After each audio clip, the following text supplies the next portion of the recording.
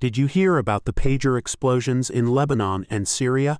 It's a really strange story. Yes, I saw the news. It's horrifying.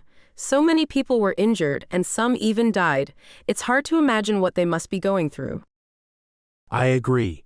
It's a tragedy that so many innocent people are caught in the middle of this conflict. It's a reminder of the human cost of war and the importance of finding peaceful solutions. Absolutely. It's a reminder that we need to work towards a more peaceful world where violence is not the answer.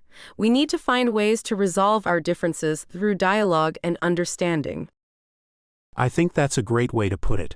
We need to focus on building bridges, not walls. It's a long road, but it's the only way to create a better future for everyone. I couldn't agree more.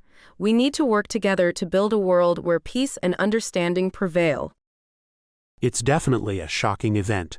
It seems like a very targeted attack, and the fact that it involved pagers is just bizarre. What do you think the motive could be?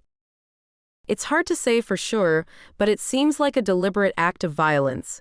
It's possible that it was meant to intimidate Hezbollah, or maybe it was a way to send a message to Iran. It's also possible that it was just a way to cause chaos and instability in the region. You're right, it could be any number of things. It's interesting that Hezbollah and the Lebanese government are blaming Israel. Do you think they have a valid point? It's certainly possible that Israel was behind it. They have a history of carrying out covert operations in the region, and they've been involved in a lot of tension with Hezbollah lately.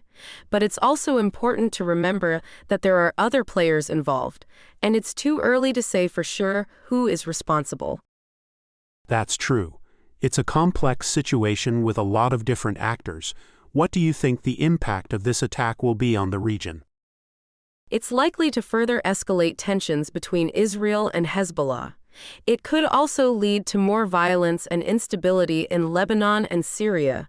It's a very dangerous situation, and it's hard to see how it will be resolved. It's definitely a worrying situation. It seems like the conflict between Israel and Hezbollah is only getting worse. Do you think there's any chance of a peaceful resolution? It's hard to say. Both sides seem to be dug in, and there's a lot of mistrust and animosity. But I hope that cooler heads will prevail and that they can find a way to negotiate a peaceful solution. It's the only way to prevent further bloodshed and suffering.